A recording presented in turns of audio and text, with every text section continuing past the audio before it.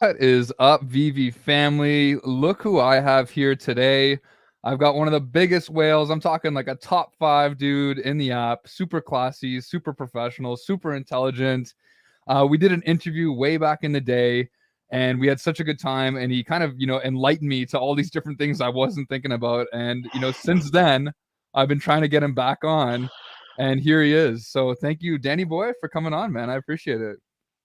Oh, mate, no hassles. I always have a great time talking to you, and I consider you a very important person to talk to. So, mate, happy to come on. But did you just call me fat? No, if anything, I was just talking about your whale status. Oh, wow, in that regards. Okay, that's all right. Not even close, brother. I'm No only way. joking. Let's put you on the back foot. Oh, there we go. I see how you're starting this off. I knew you were gonna try to get me today. So, Yeah, well, yeah. good, man. We got some people already in here. So many people. Straight MCP. People are saying thumbs up. Here we go. Waving. Somebody said fat with a P. PHAT. Okay, mate. Look, I think it might be a good idea if I can't see what they're saying. You're going to have to walk me through it, but Yeah. mate, I think we should try and see if we can involve these guys. I sort of put something Yeah. out on Twitter. I didn't get enough time to check it, unfortunately. But I think we should, yeah, if we could sort of maybe even say, okay, here's some. If you pop up a question, we're happy to talk about it, right? Yeah. I'm happy to talk about it. And if it becomes too much of a hot coal, we'll just deal with it. You know what I mean? So happy to have people come through if you can see the questions that people may want to have discussed. Otherwise, mate, we can leave it up to what we can bounce off each other. I mean, we haven't thought of anything. We had not even a bloody 20-second conversation before going live. And I think sometimes that's the best, you know what I mean? Because then Spontaneous, baby. absolutely, Yeah. because I So want you to know what? hear what you think as well. Do you know what I mean? And then I want to hear what others think. And, maybe Exactly. maybe we could bounce around. If we have something like the fire emojis, that might be like, hey, keep talking about that. Or, um, you Yeah. know, So what we'll do, maybe that if people disagree, whatever the emoji is, something like that. for sure. So I think, what Danny Boy is saying here is like we really want to have a really productive conversation with the community.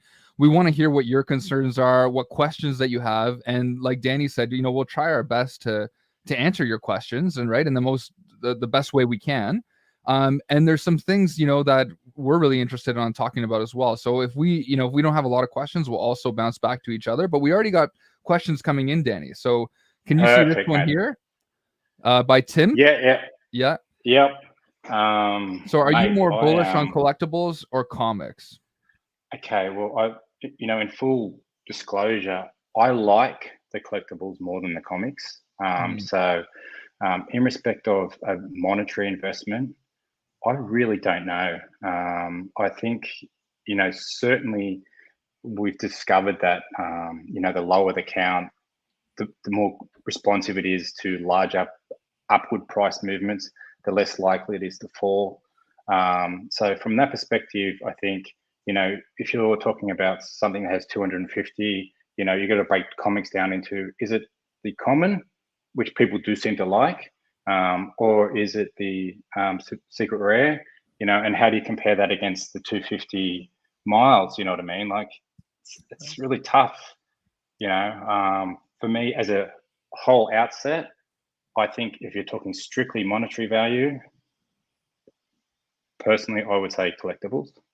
mm, Um, I'm look, I'm bullish on both, and look, I know sometimes I come across as, in a way, putting forward ideas that people react to, and they go, "Oh, how dare you say that?" And I'm like, well, sometimes we need to talk about these things. There's a big difference between FUD, where you're, trying to create fear out of ridiculous situations, but there is legitimate fear. You're sitting on the deck of the Titanic. There's legitimate fear that there's an iceberg out there. Do you know what I mean? To say that, hey, we need to slow down. Um, James Cameron brings that up in the movie. Whether that was a true situation or what, nobody would know. But the fact is, there's fear and risk in every single thing that we do. So if you're bringing up ridiculous, unrelated stuff and then trying to make fear from it, you're just you're a Twitter pain in the ass. You're somebody who, you know, has a desire to create controversy or do that sort of stuff. But if you're somebody who wants to air things that you think should be discussed, and then react to what people say, in response of, I don't agree with that, but I'm considering what you're saying. That, Mm. if your ultimate goal is positive outcome, then it's all warranted. Right. If you're cautiously optimistic and you're providing positive feedback, but it's going in the right direction, not just fudding for the sake of it. That's it's a really good point. And we got Yeah. questions flooding in, Danny. Now that you've asked, buddy, people are going. So this person says Go here, for it. what do you think of the Lambos, particularly the lack of features? Look, the Lambos are a great pickup. They are something that once Viva becomes on a grander scale, the first drop of the Lambo is going to be important. It does have the fact that it exists elsewhere, and we don't know how that's going to affect things in the long run, because those existing elsewhere ones seem to probably be, I would suggest, mainly more into the people who own Lamborghinis, as opposed to the people here at the moment probably don't own very many Lamborghinis, and the percentage of ownership might be 1% of Mm. Lambo owners. They own it because it's prestigious, they like it. Lack of features. I think the car looks really good. I think the fact that you can drive it, I think it's going to be an awesome asset for VV in promotion. Do you know what I mean? Because it's Right. fun, it looks great. Lambo is synonymous with prestige. Do you know what I mean? And part of, I copped a lot of flack for, making a comment and, about the flow of the information from VV official, on the Lamborghini page. And for me, Lamborghini is a very important, relationship, as all of the relationships from all the way up to the top, down, are important, but the bigger ones are more important. And if you don't think so, then you just don't understand. So, Mm. um, Lamborghini, you have to say, well, what is its brand? What is it? How does it relate to its customers? And it's very high level. If you want to sort of act like Happy Gilmore and trash the GPA, it's funny, but does it work? I know somebody actually went out and said, look, Lamborghini have gone out promoting their NFT this week. They haven't promoted the VV NFT. Mm. So the question is, did VV get it wrong? Were they tone deaf on that? Were promises made that weren't respected or adhered to? And this is where we have to say, well, hang about, like, let's work out. We don't control VV official by any means, but it doesn't mean you shouldn't say, oh, geez, guys, like, maybe do a bit of research into who the customer is, because if Lambo's not putting VV on its own social media, what do you think that is? Right. That's a good point. Yeah. Totally. I Yeah. mean, don't ignore these things. You have to come at your business relationships at their level, and if you don't, if you're below the level, particularly, then don't think for an instance that there aren't conversations inside of the Lamborghini boardroom, because VV comes into them. Probably David comes into them and says, we have this set up, we have these partners, and they say, oh, okay. He talks to one person. Now that one person has one position on the board, and that person on the board then has to go speak to 6 or 7 other people and say, I like this guy, I like this company, I trust him, we should do this. And that goes to a Mm. vote, because this is important stuff. They have to say, well, we don't really understand NFTs that much, but we are dabbling in them, and what is our risk? Now, the Right. risk to Lamborghini is brand risk. That's the risk.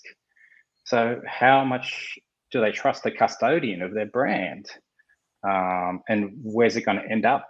Whose hands is it going to end up in? You know what I mean? So um, I don't think they would have been overly impressed. And I'm always happy to hear other opinions on this stuff. I'm not Yeah. saying my opinion is correct, but I mean, I always say, well, look at the evidence. What do you see? What can we see? What we can see is that Veve's not on the Lamborghini page, and that Lamborghini promoting other NFTs. Well, then you can draw your own conclusions from that. Right. How do we go about making sure that doesn't happen again? To make sure that we are appearing on those pages, because that's hugely important thing. The biggest push Veve ever got was when Disney finally put them onto their Twitter feed, because for Disney customers and clients, that's a sort of a vote of confidence, a vote of truth and reliability. Right. It's really interesting that you say that, because it can be applied to not just Lamborghini, but all the different brands as well, right, Danny?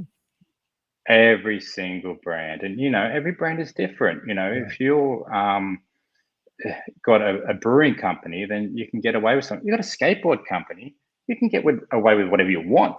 Do you know what I mean? Right. You can go and get some guy who's been busted, who skated in the Olympics, who's been busted smoking marijuana 10 times, and have him on the front cover going, yeah, But you can't do that. Lamborghini would not employ that guy. Lamborghini would not promote through that guy. It's Veve, when it comes to expand, and I believe, and I don't know, I think Veve should have already expanded a lot more than it has, but when it does come to expand, some things are going to be very, very easy. Getting in people to work with either through reward or just the fact that they love the product is going to be very easy. There's going to be celebrities who are going to want to do this, and they don't always need money. The problem being is it a safe relationship? Who's sitting there saying, well, geez, yeah, I like to do the NFT pirate show, but is it safe?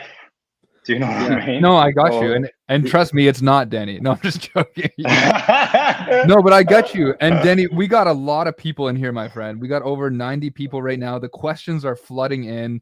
People loving this open forum. And everyone's loving these. They're agreeing with you, sharing their perspective, sharing their points. And I got another question for you here.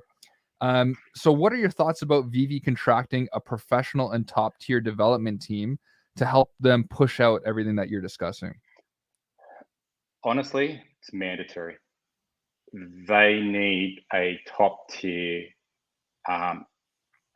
professional to help them, guide them through these waters. They need somebody who understands what they're doing, understands the risk of what they're doing. And look, the most important thing about these PR positions is not only a thorough knowledge of the area in which you're having to navigate your company through, but experience in having done that. But it's also the ability to separate who you are from what your job is, right? So now I swear like a trooper, right? And I can do that because I'm not in any employment situation.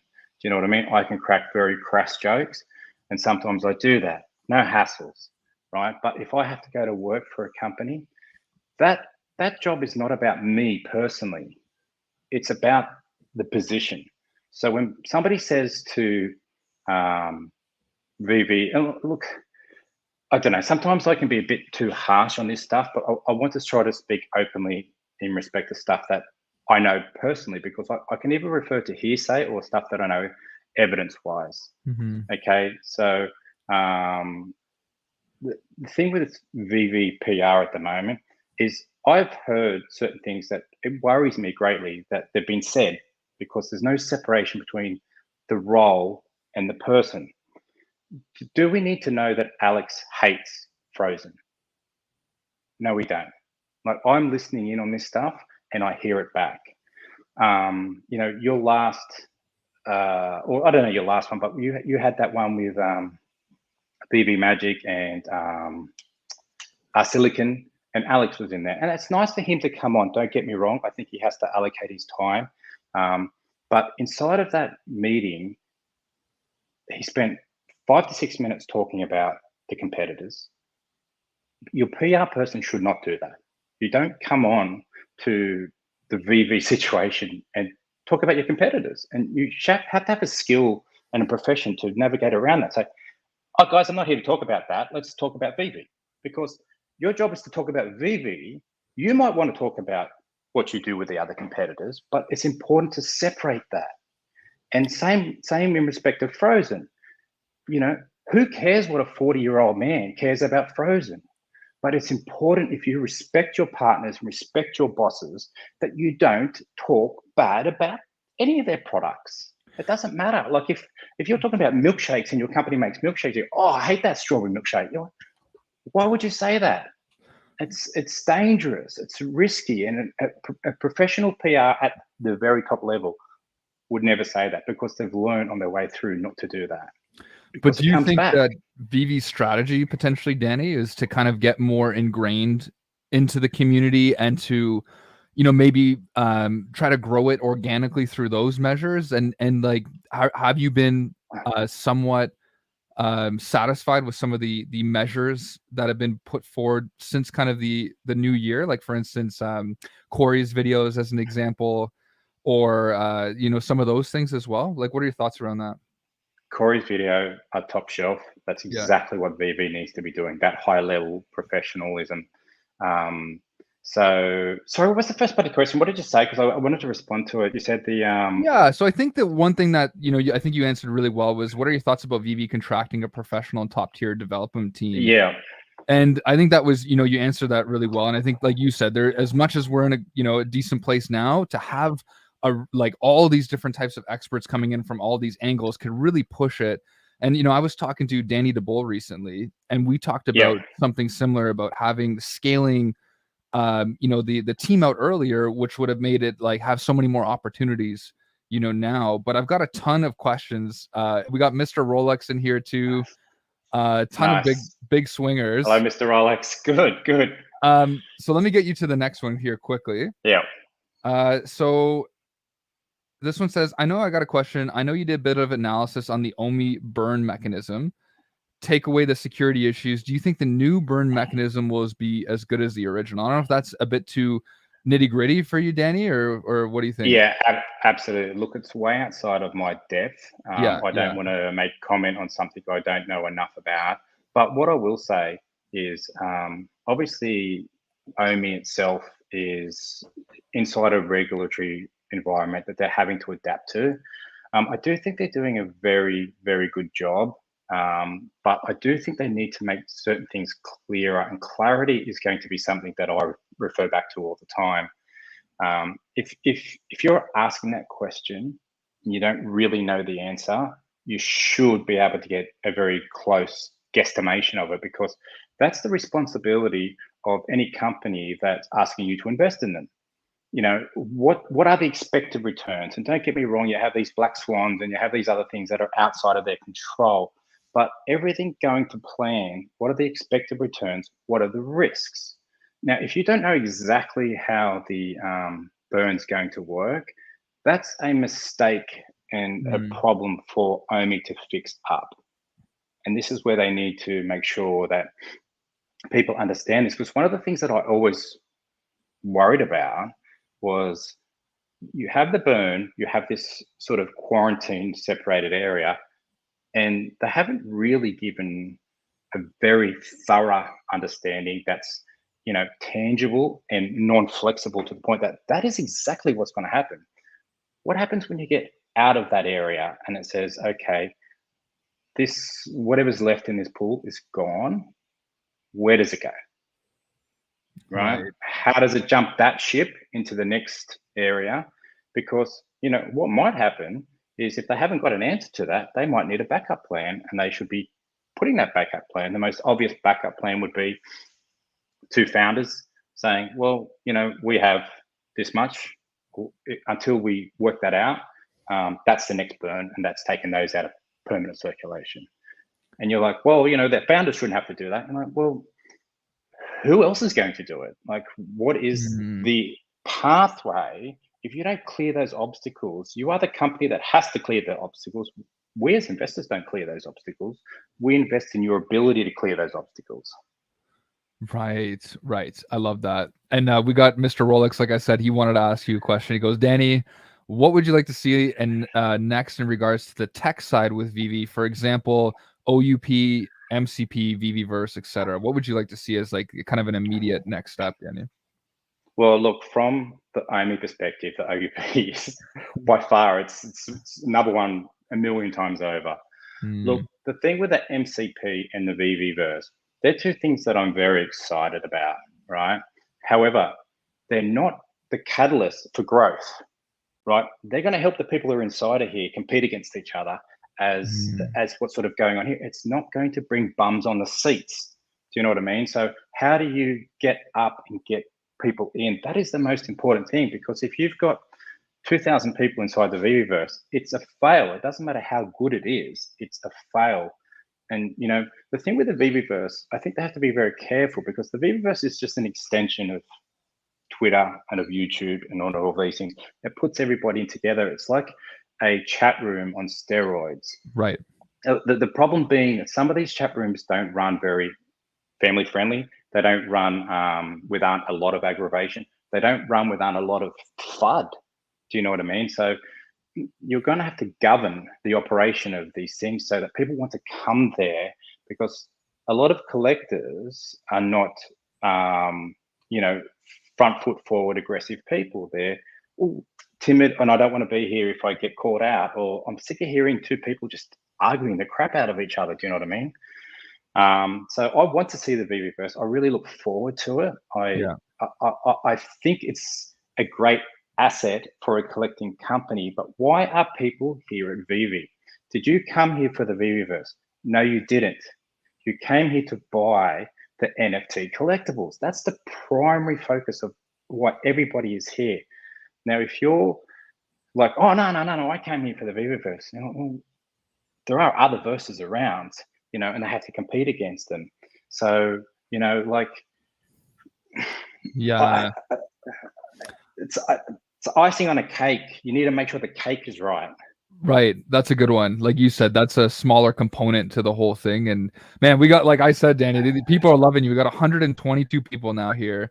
And we got NFTTs who just says, you know, I don't know if we can answer this, but he did tip us. So that's why he says, what's your top three? Let's go for it. Okay. Go.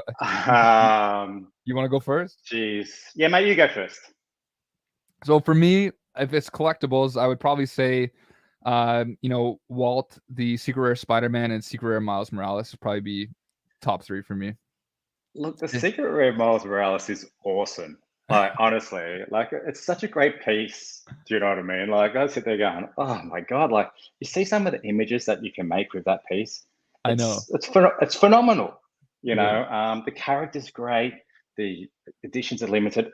They're all ticks, you know, so I do love that piece. For me, I love Rizzo. I think Rizzo is an absolute beast. Nice. That one, I hope, you know, there is a time where there's just not enough Rizzo to go around. Do you know what I mean? So, yes. And it's an OG collectible. Imagine that in the VVverse, right? OG, exactly. Yeah. Now they have to work out the basics of the operation of the VVverse with some of these things. So starting point is just you put it into your room, people come into your room and see that, right? So that's where we're at now. Where it ends up, we don't know. But I mean, you can only speculate. You don't know. But it is going to be very cool to be able to, if they build it all properly and they have things like a front door entrance, and you know, you could put your Rizzos out five each side. You know what I mean? Just they're your security guards. You know, like, don't bring my daughter home late at night because there's Rizzo sitting there. You know what I mean? So I love Rizzo. For me, my other one would probably be, look, as a collector, I love the Disneyland posters. I think they're very important. I hope they're going to be very important. And just the fact that you can't get those posters in the physical world makes them even more unique. I've always said the mother stamp for me is really, really important. If the stamp, if they're capable of delivering into the stamp community, that's going to be a huge piece, right? Yeah. It just has to be, because it is the first stamp and it's actually done by the US Postal Service. It's nice to hear you bring that up. Nobody talks about that now, so that's awesome. Yeah, well, I mean, I really think that one is, you know, when you look at the potential, and like one thing you do have to consider, and this is a sort of a negative look on it, but just say some things didn't work out well and mistakes were made and Veve didn't make it, right? And people like, and David has sort of provided some sort of sureties that these things are going to move across, right? And this is great because I think that's a very important part of it. Yes, they survive outside of the existing network. And like I said, you're only looking at a very negative situation that you hope that never eventuates.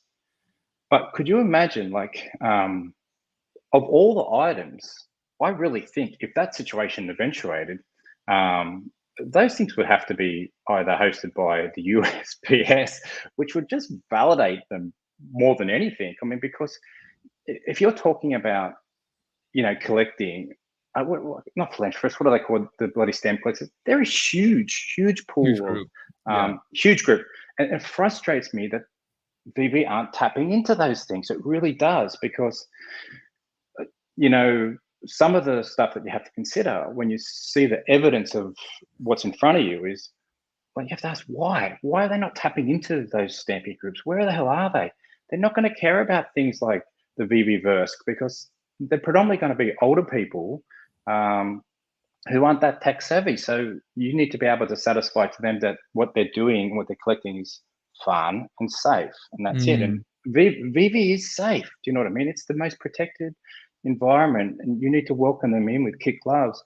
If you want to go in there and crack dirty jokes and snarky replies, you'll burn them all. Right? You want to bring them in nice and softly, because they are going from collecting physical stamps, and probably they don't have a lot of people they can share that experience with, to bringing them in together. Comic-Con works because for forever and a day, comic book people didn't have people around them close enough to be able to talk their comics about. Do you know what I mean? And then everyone's like, oh shit, there's other people just like me, and they want to go to this event. You're like, oh, I'm in. Yeah. Do you know what I mean? That's the skill. That's the importance of bringing the collectors in there, and look how successfully they've done that. And it's got to the point where not only have they come in to go to conventions, but they've gone beyond that. Said, you know what? I'm going to dress up as my favorite character because I feel safe in here. I'm not going to get hassled. I'm not going to get picked on. And if you ever read the rules and regulations of the Comic-Con, I went to New York Comic-Con. It's freaking amazing, but they're very, very protective, particularly of the females dressed up in the attractive outfits. Guys, this is still part of the world. You leave them alone. Do you know what I mean? Because you have to have a guardian in there. You have to have somebody who sets the rules and the regulations so people feel safe. Yeah. No, this is, man, all amazing points. This is why we got Danny in here, folks. Guys, if you haven't done so already, give us a like. It's not often I get to have the big boy in here telling us all his thoughts. So it's really cool to have you here. And we got some, a lot of people are giving out some tough questions here, Danny. And I figured, we'll try our best to answer them. And bring them on. Yeah, and I'm wondering if we can maybe, try to go through them just a bit quicker, just because there's so many, and I want to see how many we can tackle. I feel like, already we could probably spend 3 to 4 hours just on the ones already. So let me see. This one here says, first off, big fan of both you, Danny. Can you tell us your thoughts on the company associating with former escrows, like appearing on their shows, and how IPs might interpret this behavior? So I'm not really sure what that means, but maybe you got more insight than me. Yeah, I think so. Now, I would assume that former escrows means people who are running black markets. Okay, so if you really want to hear my opinion on that, it's very dangerous, very dangerous. There's two problems with it. There's actual regulations. Now, Veve, whether it likes it or not, is inside the money market area. And it's also dangling around the security stuff. This regulation's here. They keep cracking on NFT companies. They keep cracking on crypto companies. It's here. So you need to always act as if that regulation already applies to you, right? To not do that is dangerous. Now, you also have to consider the partnerships. What are the partnerships perspective for? Now, if you had a period, now, why are the partners here? The partners are here because Veve has gone in there and said, guys, give us your IP, and those statues that you sell in the shops for $300 and you only ever make $40, but you have to make them, you have to ship them, you have to do this, you have to do that. You only ever make $40 per statue. And then once it's sold, if that goes on to be a collectible and increases the value, you're out. You don't make any more money. You've made $40. What about if I told you you're going to make 6% every time that this gets sold? The executives would have been like, shit, this is unbelievable. This is like a perfect dream. This is for IP holder, this is a perfect world scenario. That's why the market's going to get very busy very quickly. Right? Veve has the lead, has to protect the lead. But you look at something like Disney. This is the most obvious one. They have the biggest percentage. They've got 6%. Right now, you look at Veve's connection with people who have run black markets. What does a black market do? What did the black market actually do? It sold the IP property off the app where that 6% wasn't paid. Now, if somebody has sold $1 million and cost Disney 60,000, and then Veve's sitting there going, look at this guy, he's so funny. Look at this. Oh, we're going to endorse him. Imagine if Veve's going to push out influencer endorsements to the point where it comes down to, we're going to give you a code and you're going to get a percentage of what those people spend if you can bring them in, right? Because that's an obvious thing that they would do. Anybody in this situation would do that. Now, what happens if Disney finds out that one of those people has stolen 60,000 from them? You can have Veve's attitude as much as you want. They might be like, oh, well, we stuffed up the money market and, we didn't have the provisions in place, and we understand the frustrations, and we were trying to build everything and this and that. That's all very valid points.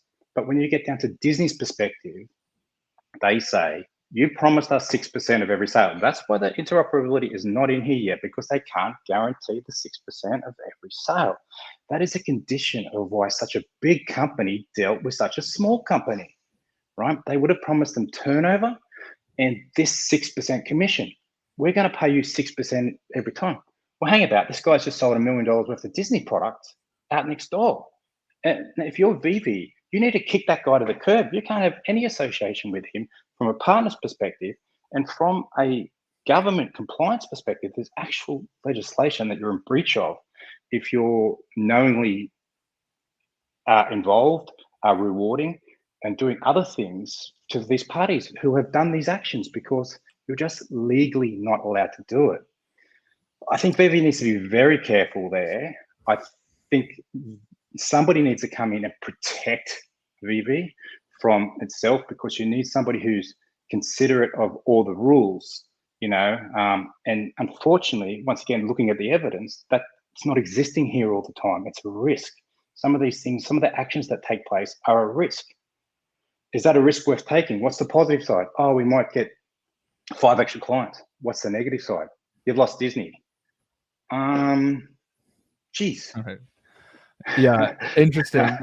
Yeah, and this is where, like you said, man, like going forward, there seems to be a lot more regulation across not just Veve, but all crypto, because there were so many things happening there where big brands are going, we want to see this stuff tightly regulated before we really jump in with 2 feet, right? So I got another 100%. question here for you, Danny. Jared Leon, 137 in the chat. It keeps climbing every 5 minutes. What are your thoughts on the duration of the bear market? Are you holding any positions for MCP and hoping for that? I think MCP would definitely improve the situation from the limited people that are in here, because competition is always good.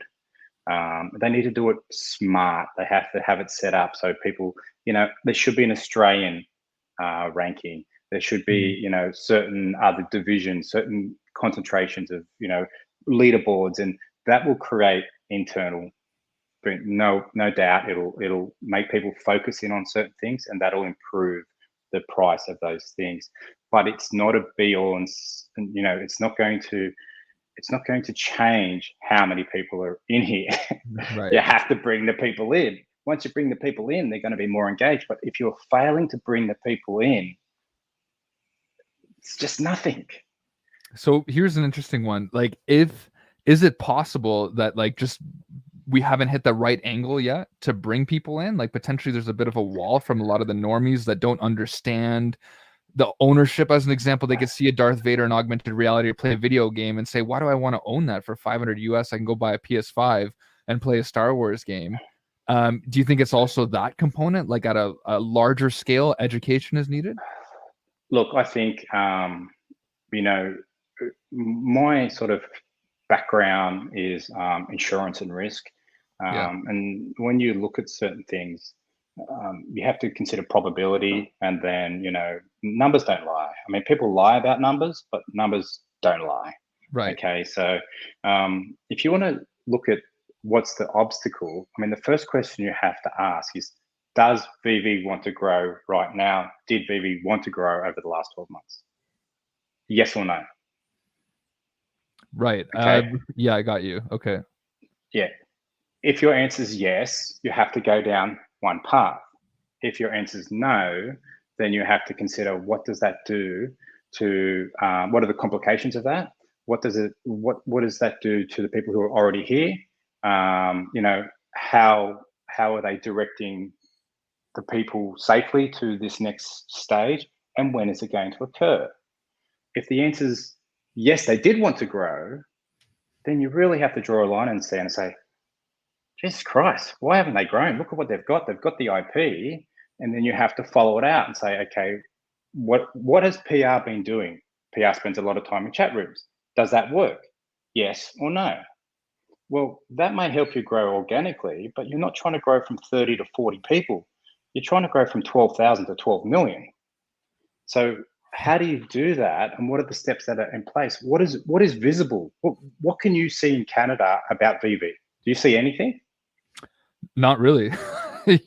Other than me I've promoting it, never seen it. I might be one of the Exactly. bigger people, right? Exactly. Yeah. Exactly. In Australia, Yeah. not one news article, not one on TV appearance, nothing. I've never, ever heard Vivi outside of the people that I know in Vivi. So the answer is, why not? Because this is very, very marketable stuff. People want to talk about NFTs. People want to know about NFTs. And people love talking about things like Disney and DC. And they've got all the aces. They hold 4 aces in this hand. So you're like, well, are they going to bluff? What are they doing? Once you get down to this situation of, do they want to grow? Then why haven't they grown? Then you really have to examine the weaknesses and the things that have gone wrong. There's just no escaping it. Wow. This is why everybody's here, man. They're asking you all the tough questions and you're delivering. We got another one from a really well-respected collector here too, Mr. V. Danny, in your opinion, in the present market, would you be more inclined to DCA into older collectibles or comics that have higher editions, or more recent collectibles and comics that have much fewer editions? Okay, I would say season 1 may stand out as being important. There might be a definitely value consideration there. That depletes with every season. One of the things I think VV should do, and this is what I sort of mentioned in regards to the thing that I put on Twitter this morning, and unfortunately I didn't get to check to see anybody's replies, but I'll check. that they should standardize the numbers, I believe, because this fluctuation of numbers, I mean, you look at it and think, well, why are they doing that? Like, oh, it's more exciting. Well, is it? And let's look at right now, and let's look at over the 5 to 10 years. Do you really want to have people saying, oh, every time, how many editions was that? Why wouldn't you just standardize it? Now, I'm not saying they should standardize it at 60, at 70, at 10 or 5. I really don't know. But if you standardize it, then you're going to come down into being able to work out more quickly where the true value is. And is it more aligned with in real life values with the older comics? And it probably would be to start like that, particularly with, I think the average age somebody said at one time was it's predominantly males and older males. Then the newer people, as they get more affluent, are going to spend more money. And it may be that their newer heroes are the ones that they get, and they don't want to read the old comics because they're crap. And in their opinion, they're crap. So they invest in the newer stuff. But to answer that question specifically, I would say anytime supply is limited is a huge add-on. I think the second or third editions of Spider-Man are going to cause the first one, continuous problems. But I think what's going to happen is you'll find supply initially, that number is important because there's only really 12 to 20,000 active users. Now, if they can achieve that 12 million, it's going to flip.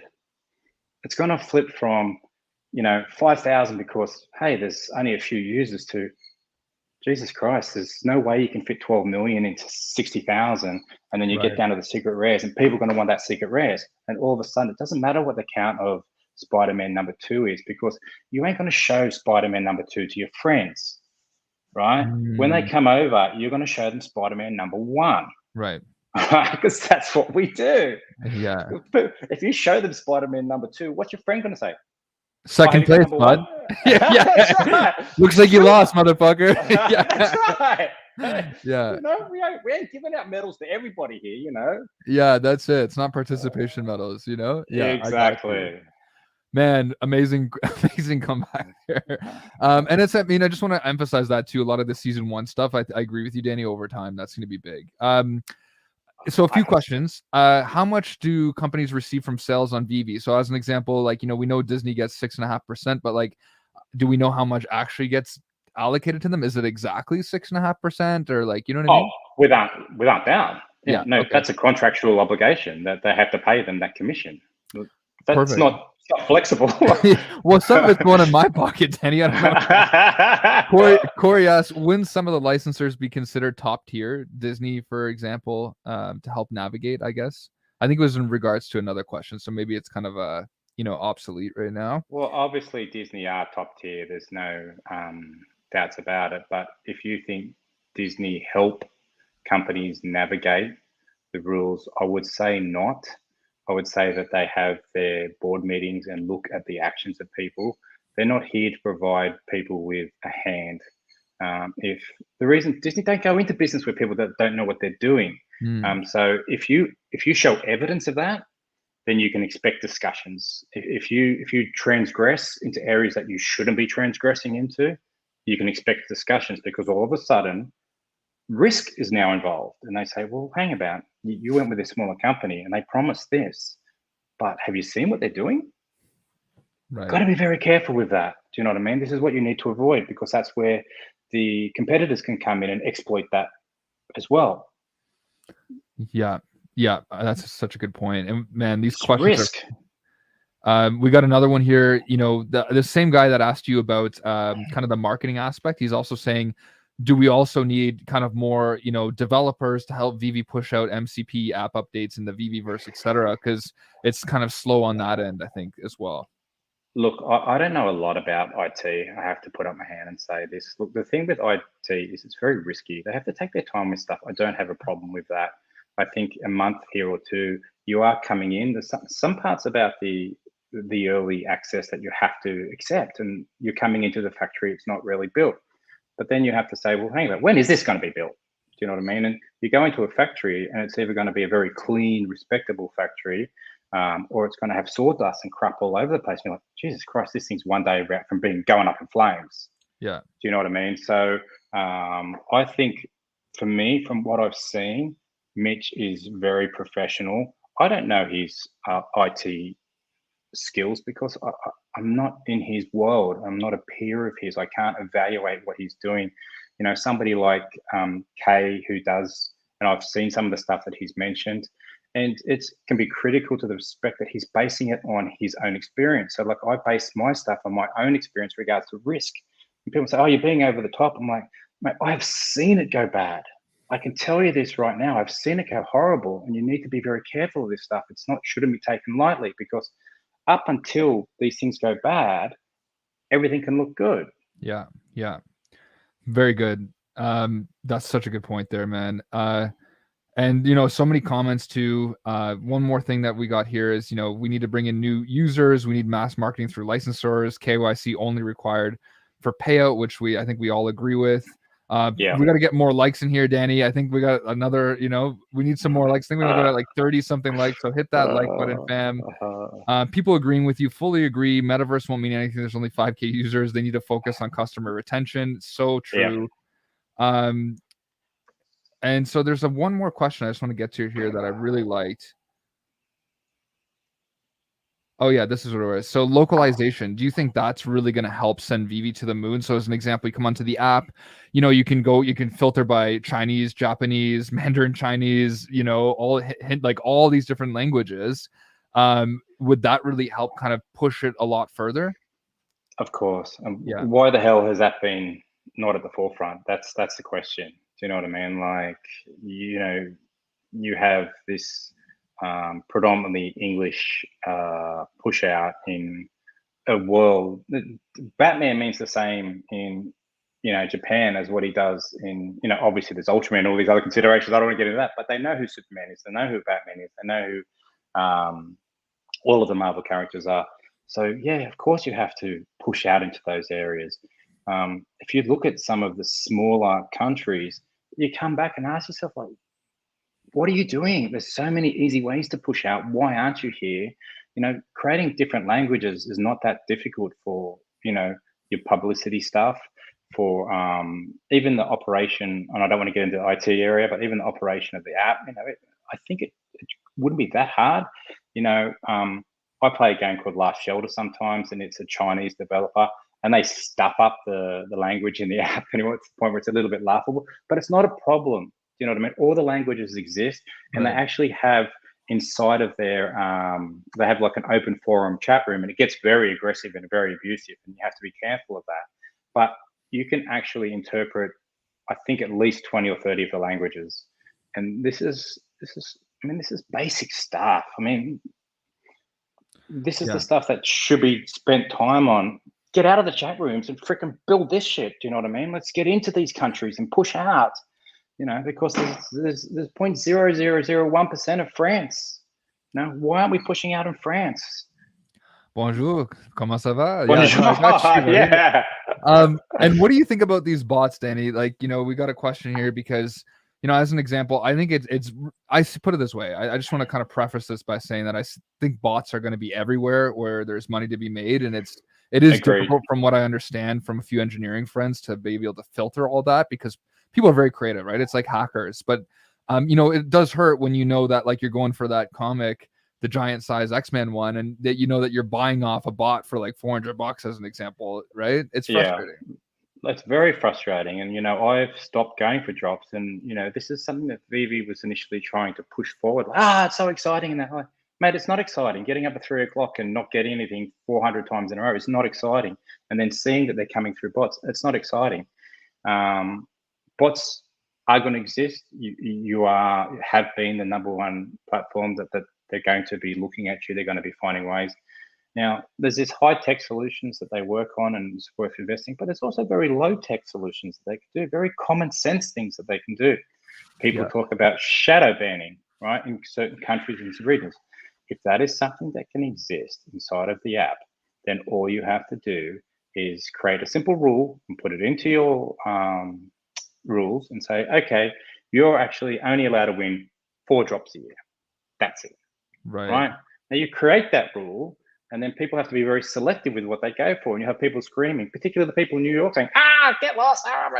Mate, you won 80 drops last year. There's a guy in Australia, he won 0. And you're complaining about having it limited to 4 or 5.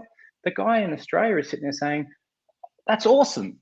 The guy who misses out and the bots who miss out and go like, that's crap. And you say, okay, guys, this is how it's going to work. You shadow ban, and there's always basic solutions to any problem. You can always go high tech, but you can also make very, very small adjustments. Do you know what I mean? You look at something like Veve needs to have crypto to gems. It's very important. It's one of the most important things for Veve to do. You've got this scandalous situation and you've got all this risk and this. Okay, so how do you look at the risk? What do you do about it? So, well, why don't you say that you have to credit cards, put a 2-week block on the credit cards? On the crypto coming in. So yes, you can buy 10,000 gems. However, as a part of our security protocols, you have to wait 2 weeks till you can use them. Right? Then you take it out the other way. So if you want to bring them out, yes, you can take them out, but we're going to have a certain amount of time. It could be another 2 weeks to process it, or you could say put in rules in respect of we will only return a certain amount at, if you want to take out 100% of your portfolio after a certain amount of time, say, well, it's going to be staged in 4 times where you get 25% out. The basic rules. That's so simple to design and to put into place. And it really does decrease that risk. And you'll never get the risk to zero. But what you'll do is you'll get the people who know how to scam going, these freaking rules, we can't get around them. Let's go next door, because those guys don't have those rules there. Yeah, I hear you, man. And we got a Comey in the chat actually right now. So Comey showed up. I think they're tuning in. I think there's a few talks about the coin or something like that. I just want to reiterate to everybody here, like, Danny and I are just, discussing some of the major stuff that people like to ask, some of the tough questions, and we're giving our opinion, right? So this is no way financial advice. We're no way saying this is the correct way. This is just Danny Boy's opinion on a lot of these different things, and what he thinks can be improved and things to that nature. So I just want to reiterate that, because I think as much as we have some different opinions on how things can be improved, there's also a lot that we really are optimistic about and enthusiastic about it as well. So I just 100%. Like, I'm heavily invested in this platform. That's what I'm saying. We're talking with the 4th biggest whale in the app that's all in on this stuff too. So I just want to kind of throw that in there as well, guys. 100%. I mean, yeah. Going back to the FUD, which we talked about before, there's a big difference between just reverberating crap and actually saying, guys, we need to talk about this. Maybe this is not where it is. And, I sort of mentioned the situation of the Titanic or the icebergs or whatever. But one thing you have to think about and remember all the time is you have 2 founders in this company. They're very, very busy, right? They're off doing a whole multitude of things and having to be in front of a lot of different people and consider a lot of things. They have to, or they expect and things to operate correctly behind them. They may not always be happening that way. And it's important to remember that it's nice to have friendships and associations with any particular company. But if you love Veve, then what you're actually doing is having a belief in the founders of Veve. Yeah. So if something's happening that you're not agreeable to, you should mention it to the founders. Don't go and leave and have, a sissy fit and or whatever and stomp off and then tell everything it's so shit. Go and try to get in contact with the founders. And then one of the things I've suggested, which I'm going to, be involving you in, is irrespective of what happens, we're going to put together a group of people who really do believe in the company and want to see it happen. And I'm going to demand direct access to the founders to be able to speak to that, because we're going to provide what we believe is a positive voice. And we want to try and do that as much as possible in confidence and in private, so that we're saying, guys, let's look at this. Let's deal with this. Do you know what I mean? This is right. what we're hearing and seeing. You might not be hearing and seeing the same thing, because you only have a limited amount of time to listen to responses, and they might come from a curated source. This is a danger for a founder. Is there a separation between what's happening and what they're hearing? And if there is, then it's the importance and the onus falls back to us to say, hang about, we're not happy with this, or this is not going correctly, or this is where we think it's sort of underselling and falling short. You can either storm off or help. Exactly. That's such a good point there, my friend. So many questions. What do you think about Veve giving away a free comic on #FreeComicDay, free marketing? I've never heard of Free Comic Day. So yeah, I'm like same. I'm like, not a good idea. I think the only thing I'll say with the comics is I think I mentioned before the numbers. I think it would be better to set them to standardize them. I also think that there should be a drop cadence set. Do you know what I mean? So that. And they might be considered more boring, but considered more reliable. So just say Tuesdays is comic day, right? Yeah. That's it. There's only 1 per week, or there's 2 per week. And then, same with collectibles. It's 1 on Thursday, or there's 1 on Sunday, and that's it. So people know what to do and what to expect. You might have occasional, it's Valentine's Day, we've done this, whatever. But I think one of the problems with where it's at the moment is supply and demand. And I think if you can just bring that into the point where people can expect a consistency in the supply, they might be more comfortable with it whilst they wait for the demand to pick up. Because it's about assuring people, is this stuff a safe bet? And if you're buying a $7 NFT, it doesn't matter. It doesn't matter if it's a safe bet or not. But then you go up the axis of people who are looking to invest. And, for Vivi to succeed, you want as many people to put as much money in it as possible. I mean, that's a basic rule. So once you get past the point of people wanting to own 5 or 10 to people wanting to own 5,000, you have to provide some sureties to them that it's safe. Right. And I think that's coming, right? I think like now we're seeing why a lot of these big brands have kind of watched out for that interoperability piece. They didn't want to jump into it too fast. And I think they're kind of letting all the dominoes fall, and they're going to see where everything kind of ends up and then going, okay, let's hit it hard, right? And so like, I agree with you, man. What about a Omi cold storage wallet? Do you think there's any kind of still use case there? I know they like sold out of them, but do you think potentially one day we could maybe get cold storage, maybe with even with if it's within like Disney and let's say Veve, and you got like a wallet pertaining to those two aspects? What do you think about that? Well, I think what's happened is, Dan and Dave had a few different avenues when they were considering going into, and the cold wallet was one of them that was sitting at the front of it. But now what's happened is the other one was a possibility has just gone bush, and they're like, shit, we need to work on this one. Now, if you're talking how much time and effort they're going to put in regards to selling cold wallets versus selling millions of NFTs, they're going to stick with the NFTs. Now, I know there's been some technological changes in regards to the wallets where they're actually trying to stop the biggest risk, which is people having their wallets invaded and cleared out.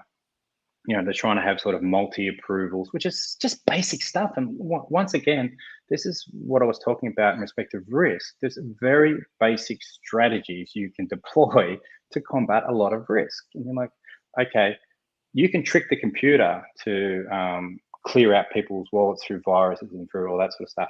But what about if you put in these other steps that are outside of the operation of either the online wallet or the cold store wallet, which requires this action or this action? And then all of a sudden, the virus comes in, can't get the stuff out, and you stop it, right? And this is where the technology is going.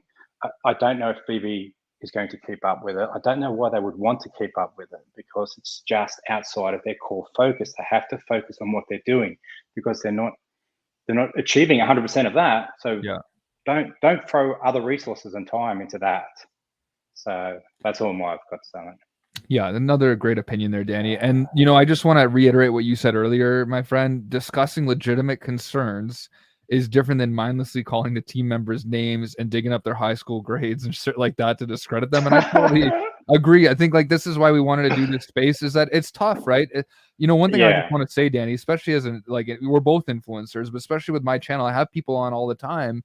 And I don't know the answers sometimes of what's going on behind the doors. We try to speculate, give perspective, but it's like we're always remaining critical in Vive's best interest to see all of the people that are invested in this project do better and better, right? And I think that's 100%. That's why they need us. They need us to talk about this shit, Yeah, absolutely. And you don't want to people's high school grades. I mean, I don't know why anybody would want to sort of try to drag that sort of stuff up. And I think sometimes this is where you run into where people really are actually going out of their way. And sometimes they can be paid to do this, but they are really going out to FUD and cause problems. And that would sort of necessitate going in and doing this really awkward, unusual stuff.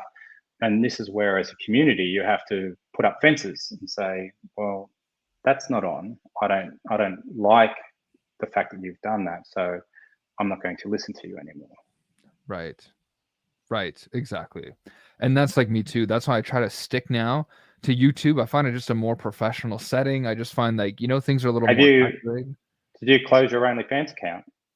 Well, not yet. I'm still running that. I told you I need the. Why do you think I'm in the basement right now? Yeah. Don't tell them about that. But if anyone wants to subscribe, it's $19.99 a month. It's my second source of income. People are loving this. Great stuff. Good shot in perspective.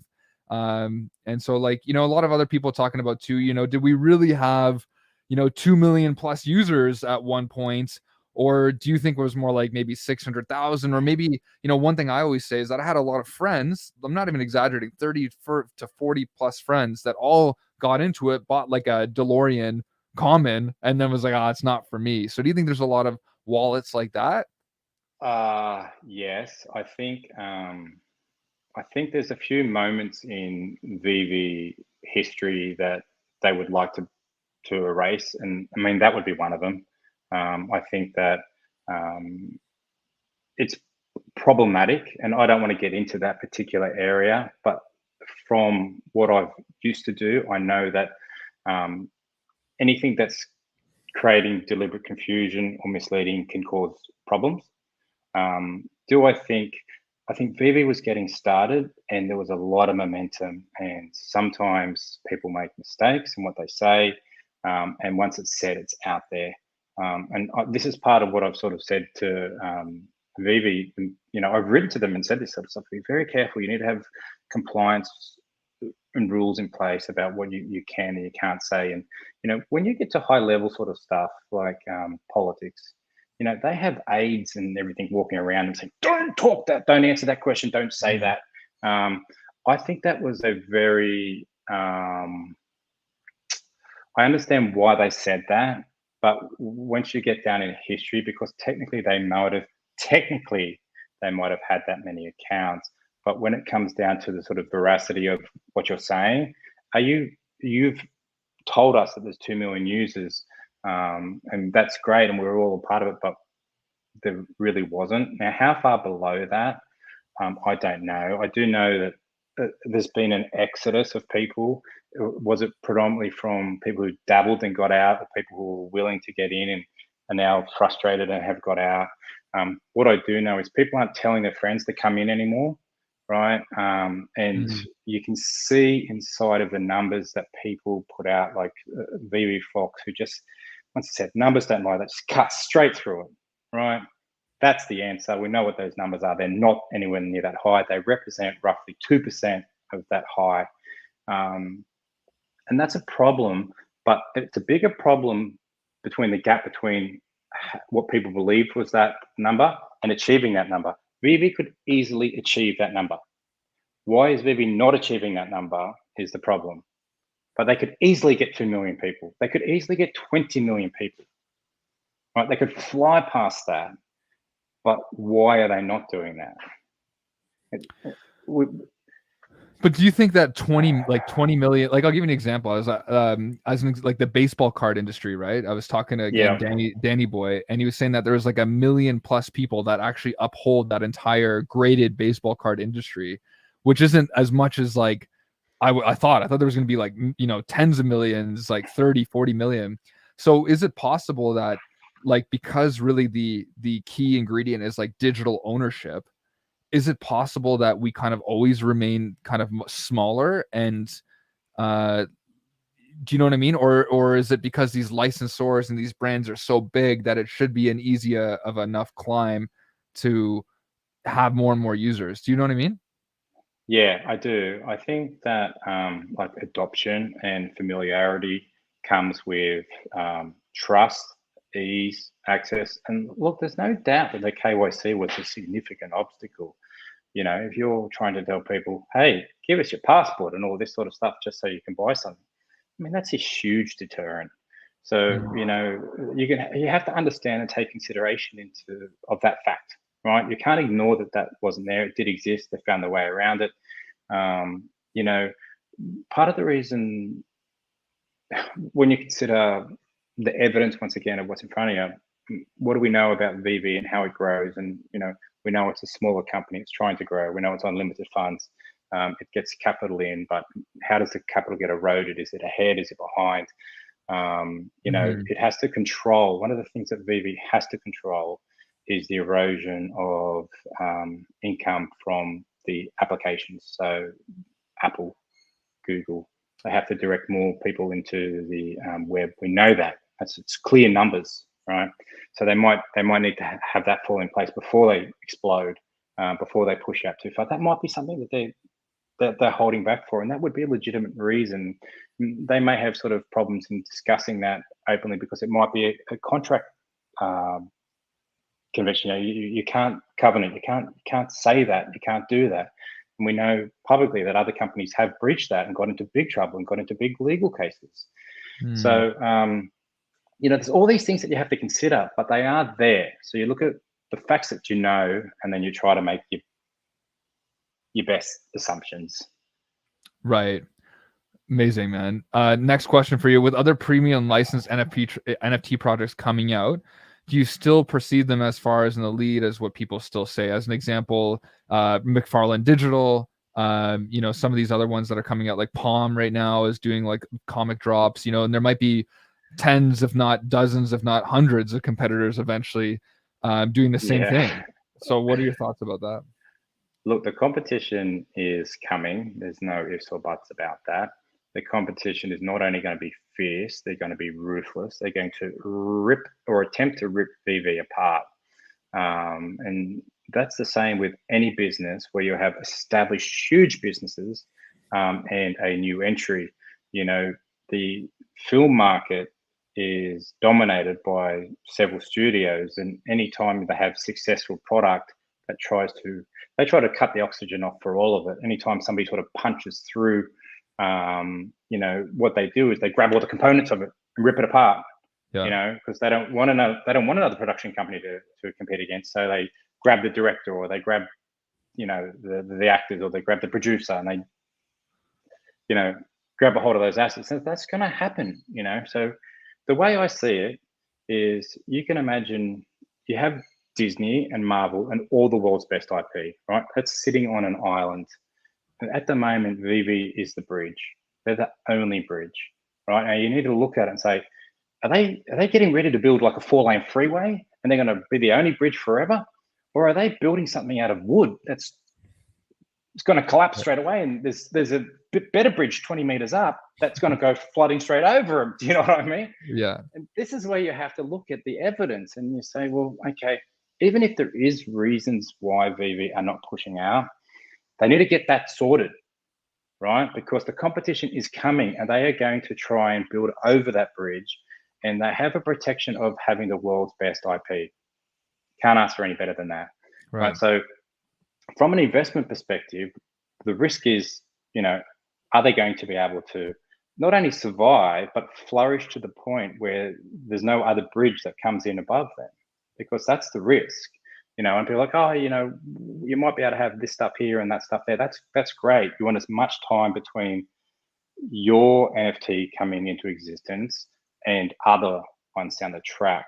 And that's the key risk that people who are involved in Veve can say, Veve, get out there, get known, counter all your internal risks that you have and all your obstacles that you have to get out there, and get out there, because otherwise, Amazon's going to come across the top of you, and those guys aren't going to play fair. They're going to be ruthless.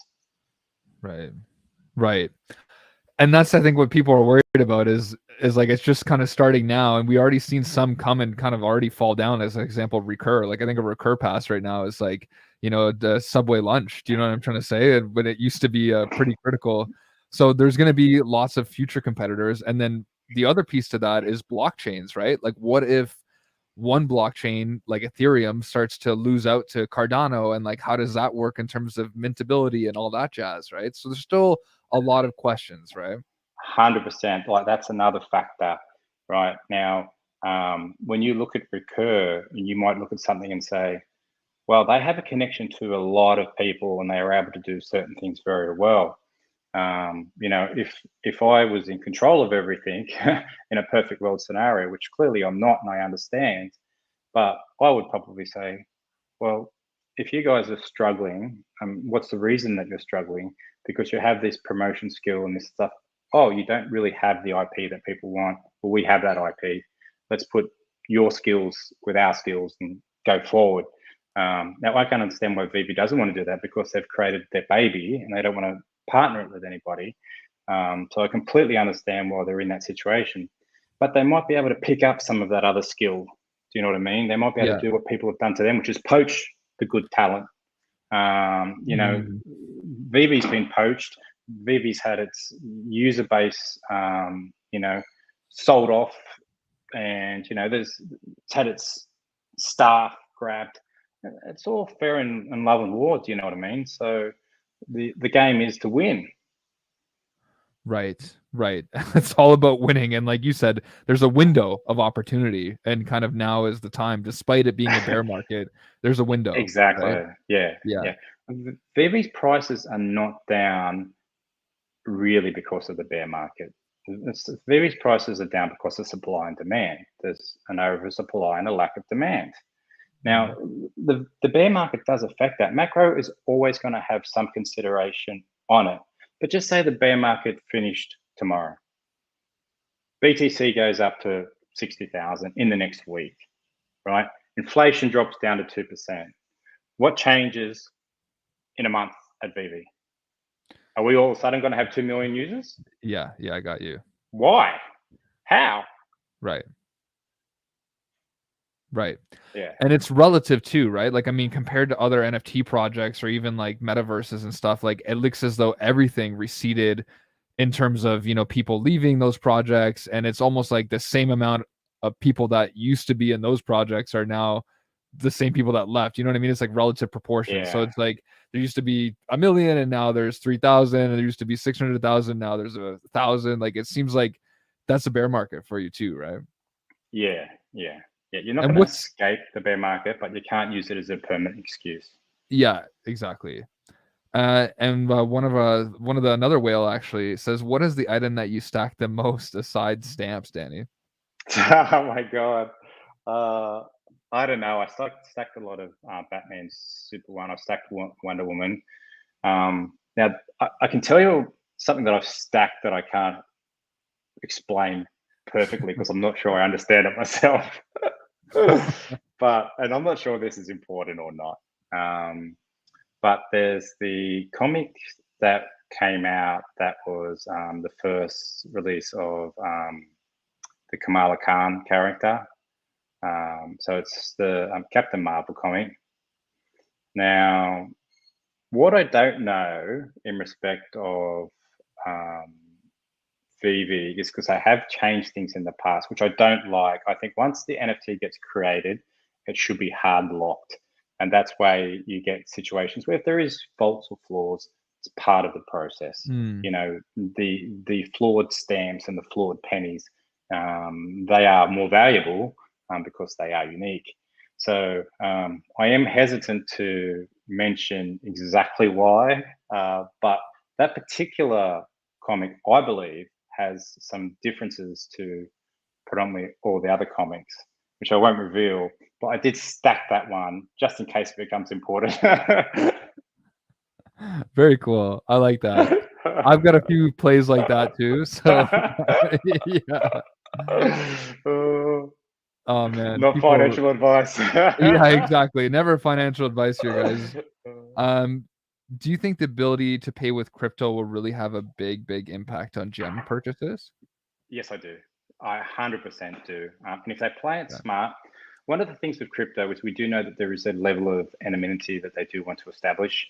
And you very well could find out, or if you could find a way to be able to allow access in there for the purchasing. Some people who are going to bring crypto in to buy gems are going to come in and take positions like Dr. Profit does, which is just I'm buying, I'm not selling. Right. Right? These are definite positions, and some of the money that comes in via this avenue will be big money. So you need to cater to that big money and find a way to have them coming in if they want a little bit of anonymity. Mate, if they're not coming in and stealing the drops, and you can satisfy the AML laws by allowing this access into this first portal, then let them bring their NFT, I mean their crypto in. Mate, it's more than welcome. We want them to come in and spend their money in. Hmm. The most important thing for VV with the crypto is it gets the dollar for dollar.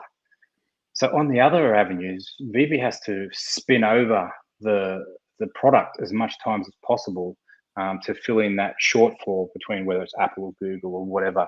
With the cryptos, they've got a few administration charges, but they can get practically dollar for dollar, which is what they want. And, in trying to help VV, as a community, we should talk about trying to push people into the gem purchases on the web because it helps VV significantly.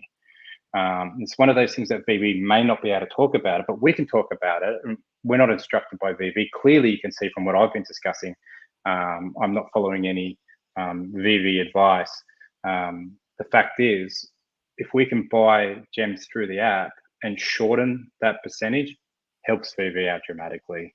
And crypto will do that substantially.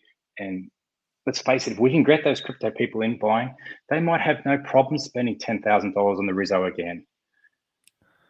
I got you. And we see the crazy sales that happen in ETH, right? I mean, I had a guy on the other day. He spent 50 ETH, which is like over $100,000 Canadian on like a one-of-one beast. Which, don't get me wrong, I love the Kid Called Beast project, but he's 20 years old, and I'm like, there you go. Like imagine throwing up Spider-Man and Walt Disney on these kind of platforms, you know what I mean, and being like, hey, purchase with ETH, baby, let's go. Absolutely, mate. So here's something I'll tell you very quickly. In Australia, they're trying to change the laws for superannuation to put people who have more super. Do you guys have superannuation where you contribute part of your salary in whilst you're working and then you live off that when you're retired? Yeah, we do have something like that. Okay. Yeah. So they're trying to increase the tax on the higher amounts, and they actually release the figures of how much superannuation people, and generally you have to put in 9%. So if you've earned 10 million or 1 million over your career, you have 9% of that. And they had these pools of the superannuation, and everybody was like, okay, we're going to bring this tax in at 3 million, because if you've got over 3 million super, you've got a shit ton of money and you should be paying more tax on it. It shouldn't be tax free. Now they had like, all these people, like it's about 30 million people in Australia, and they had these bands where there's huge amounts in each band. And then all of a sudden it stopped at about like 10 or 12 million for super. And then there was one right at the top, which was 400 million. Everybody goes, that's a crypto guy. No ifs, no buts. It's got 400 million sitting in its superannuation from crypto. That's insane. Oh, exactly. I mean, get that guy to buy some Batmans, for Christ's sake. Get them out there. Buy them all for that price. That's right. Buy the supply, buy the market. And but, you know what? Somebody like that would do that. Yeah. And people forget how many people have money. Like, I mean, you know what I mean? We only have, I don't know how many whales on Veve, but I'd say like 200 key big people that are spending a lot week to week. Yeah. And it's like, all we need is another, 30x of that. And like, you're never going to get a scarce drop for 130 editions or less, That's right. So you have to bring business in, right? Yeah. Not KYC, KYB. Where the hell is it, right? You should be targeting businesses. You should be going after the businesses. You have to, you're not going to get premium people in unless it's a premium product. Those people are going to be more interested in the Batman that's 50,000 than that's $50, right? So this is where you have to cater for those people, and you have to make sure that, are you selling this thing as a $5 figurine or as a $50,000 figurine? And you have to be very careful if you want people to invest money. There has to be a reliability and a safety in regards to the market. You can't say things like, we want to take the heat and that sort of stuff. Like, you can't, right? The market must operate by itself without influence. No ifs, no buts, right? This is where I've sort of said before in another video, the 5 Ps of the marketplace. So Veve has to focus more on the marketplace, promoting, protecting. So for that to sort of work, to bring those people in, you have to guarantee them. You have to guarantee them they're going to be safe, not only just from their investment, because they're not always money driven, but they're going to be safe from ridicule. They don't want to have to buy something, like the Bored Apes, right? When they started coming down in price, and there's all this speculation, there's all this, kickback and backflow of, they're shit, and this and some guys going off yelling about stuff that this could be Nazi stuff and all this sort of stuff. People don't want to be involved in that stuff who are spending big money. So you have to provide a very safe area for them. And they work that out based on your operation, based on your forefront. When you sit and look at Veve over the last 12 months, what do you think of them on a professional scale of 1 to 10? Right? If it's not sitting at 9 or 10, those people aren't coming in. Right? What's the safety scale? If you're not sitting at 9 and 10, the big investors are not coming in. So you just have to make those sacrifices to get to that level. I hear you, man. And do you think that's also because the space is still speculative, or you're pretty set on that Yeah. that's a marketing aspect, right? Oh, look, there is a PR, like, speculative. Yeah, look, so you're going to be only getting a small portion of people's portfolios, yeah, but that's better than zero, right? So this is the yeah. same thing, and other rules, like big rules, will affect this. So banks and other big companies, like stock market companies, are limited to how much coin value they can have on their asset portfolio.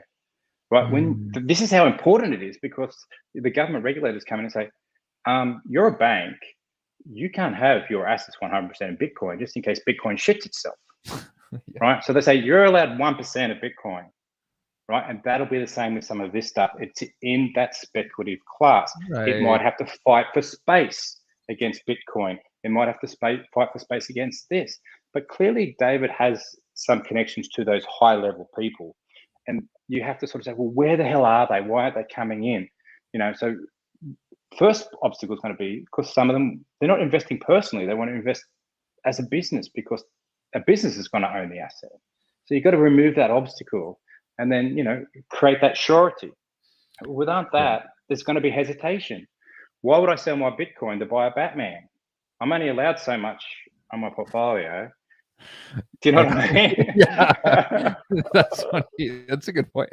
Okay, I got a nice easy one for you here. We'll switch it back a little bit.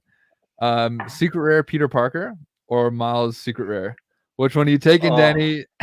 And look. be real with me, all right? Hit me, baby. Okay, I know which honestly, one like, you're gonna say, but I'm when good I with it. when I grew up, right? Yeah. When I grew up, I used to be a Tigers fan in an area that was full of Sharks fan. My local area is 100% Sharks fan, and I stuck through the Tigers. The Tigers club merged with another club, and I got out. I followed who my sons go for, who's the Sharks, right? I love the Sharks now. Same thing with Spider Man. Like, I only knew Peter Parker growing up, and I loved Spider Man movies, right? I walked out of that Miles Morales movie, the Spideyverse thing, Yeah.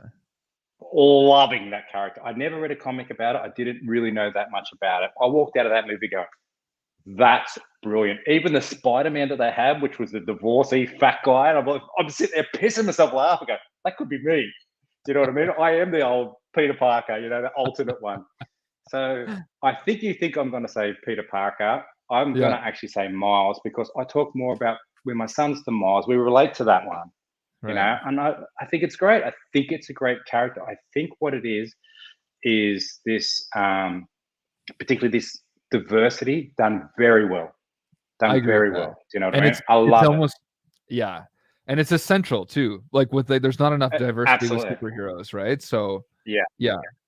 I think you sort of, they have to want to walk a very, very, dangerous tightrope in respect to Yeah. some of this stuff. But I think they've been doing very, very well. I mean, this is something to do with, and I've had a conversation with a very educated comic person that I am not. I didn't grow up reading all these comics. I don't store them. I don't know this. I thought Kane was an alien until about a week ago, right? I got told he's a human. Okay, I get it, right? So the fact is, I think things like the new Captain America, now that particular comic doesn't have a lot of value at the moment. But really, when you think about it, the people who are coming into this app and who are going to be made more aware of it, they're growing up with the Falcon becoming the Captain America. That's what they know, and True. that's the series that they watch. Now, Yeah. eventually, when they go to buy the comic book as an NFT or as a real life, they're probably going to go, "Oh, I only know this one. This is where I'm headed." Do you know what I mean? And I mean that actor must be absolutely buying mansion after mansion right now, because he's sitting there in the best spot in any Marvel actor that's ever bloody existed. He's gone from being a very important part of the first series to going to be a huge part of the second series, and he's got his own side series. They're Yes. putting a lot into this character. Go forward 5 years, who are you going to know? Don't get me wrong. There's always this Captain America, this original Captain America, but the change in what people know and like, and it's got nothing to do with race. It's got to do with that's the character, that's the Captain O'Hara that we love, and it's funny, and it's this and that, and the actor's great. The comic book series is great. Like, eventually, there's going to be a shift, Yes. a popularity shift. I agree with that. And I think it's also like in some aspects getting outdated, right? So those are awesome points, Danny. And we got another one here. That's actually two people talked about this. So the first one says, interested in hear Danny's thoughts about interoperability, bringing in bigger investors. A lot of crypto people are big on interoperability. And then somebody else says, casual investors actually don't really care about interoperability. That's only important to crypto people. Danny, do you agree? What do you think about these kind of comments? Look, I think the walled garden at the moment is a safety thing that is a good idea. I think when Veve came out and promised interoperability, that's a big problem if you don't deliver on that promise. You're gonna frustrate people. You're gonna alienate them. That becomes a catalyst for some people making investment decisions. I'm one of them. Okay, I went and bought some of the smaller artists, thinking they're going to be the first ones to go out. There's going to be this point where they flush out first, and they could, you have only so many people in Veve. You have so many people out on this other area, something like OpenSea or some of these other markets. Well, I mean, it's common sense to think that the supply is limited, but the demand's going to go through the roof.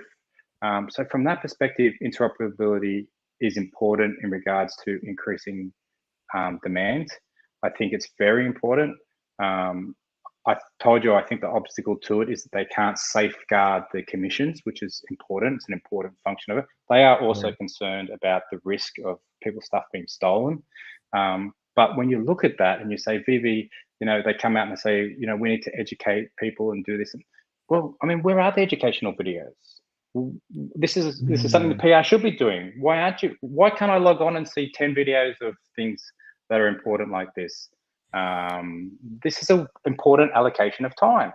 You only have so much resources, but if you're going to say we need to educate people, then you need to put out something that's going to educate people.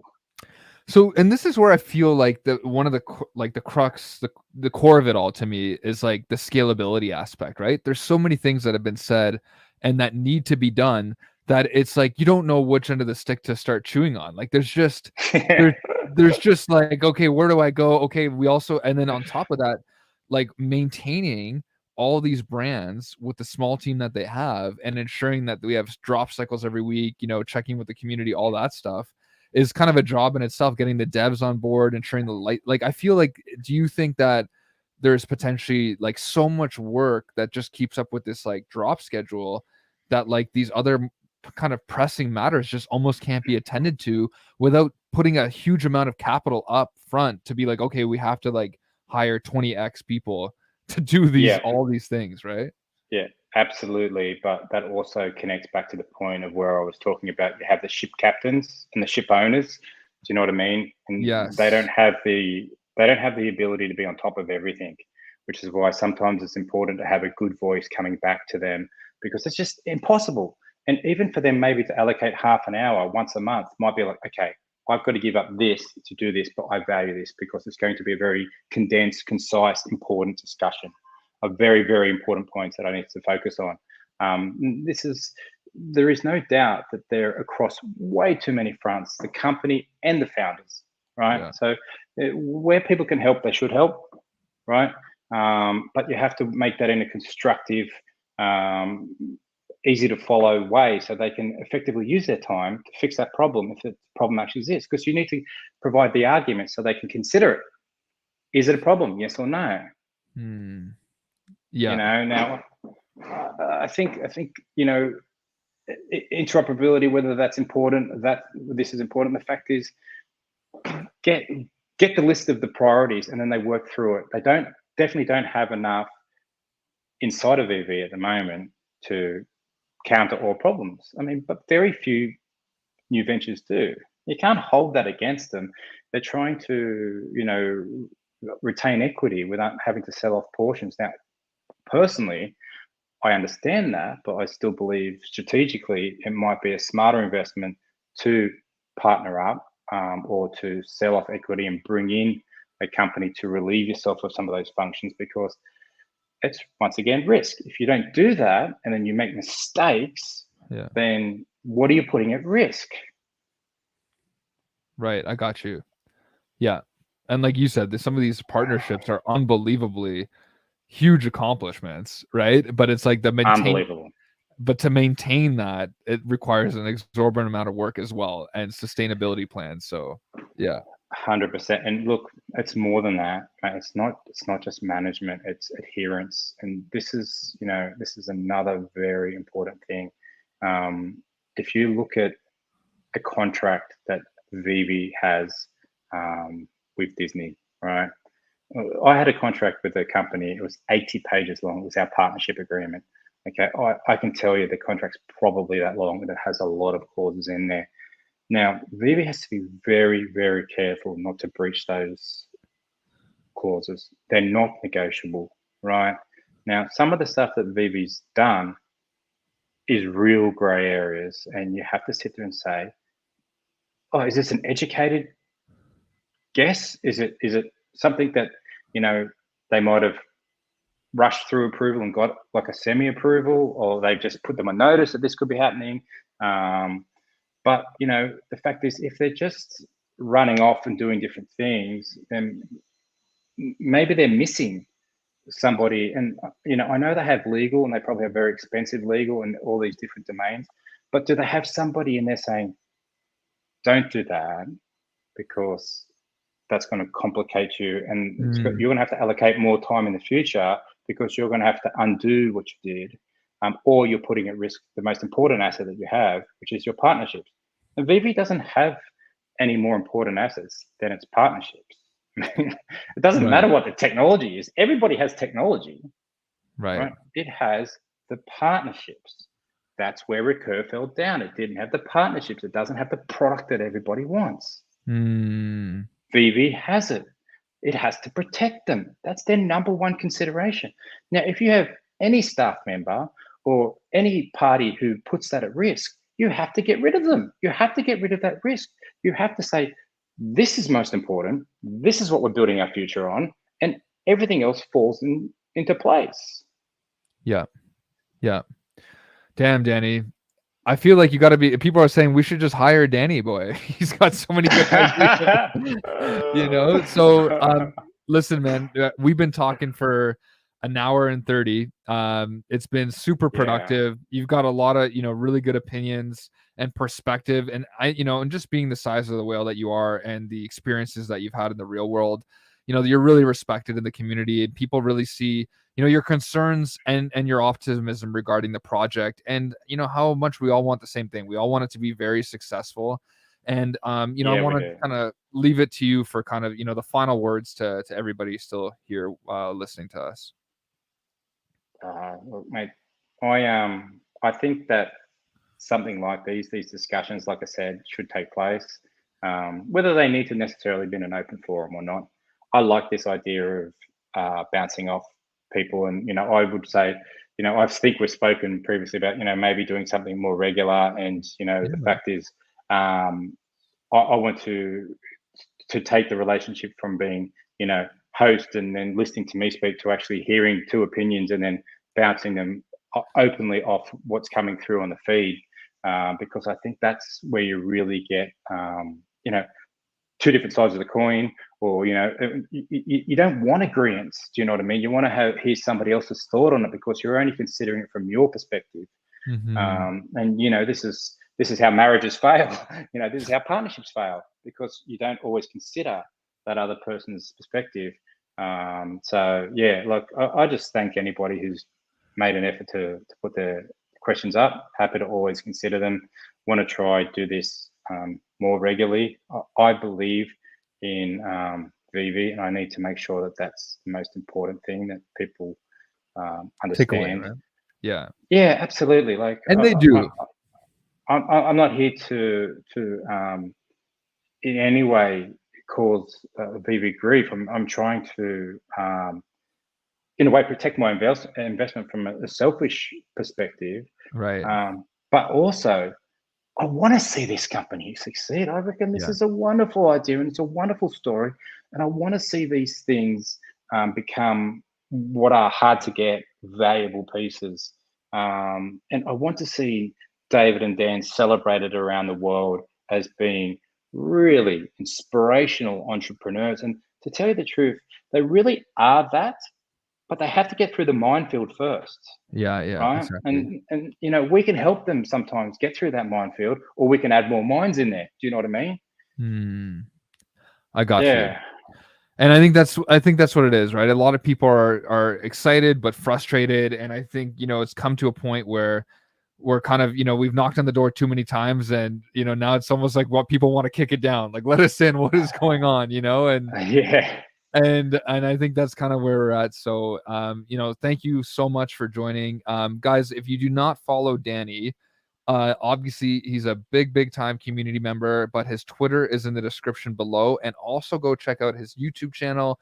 And like he discussed previously, he may start doing more of a routine show in the future. Again, there hasn't been a date that's been set, but really kind of getting more perspectives, and like he said, looking at both sides of the coin on all these different issues or concerns, and kind of seeing somebody else might like interoperability as an example, and say without it we're going nowhere. So these are the kind of conversations that we want to continue to have. And Danny, man, you're such a legend, and I can't thank you enough for coming on. Thanks, matey. Pleasure as always. Thanks, bro. And sorry to all the people we couldn't answer all your questions. There's like thousands, so I tried to get through as many as we could, so I appreciate it. I'll try to have a look at some of those, and if I can throw my 2 cents in on some of it. They're going to be on the the YouTube thing or not? Yeah, so there'll be it takes about like 12 to 24 hours to process, and then you see all the comments. What? Yeah, I know, on the right side. I know, it's so annoying, but then you'll see them. I mean, NFTs, mate. Time is money. Yeah, exactly. Like an 100x. I want 100x in 12 hours. Yeah, man. People are saying they stayed up till 3:40 a.m. listening. So that's crazy. So yeah, man. Thanks, guys. Thanks so much for being here, everybody. And Danny, you're the man. Thank you, brother. Cheers. Danny, boy out. Peace, guys.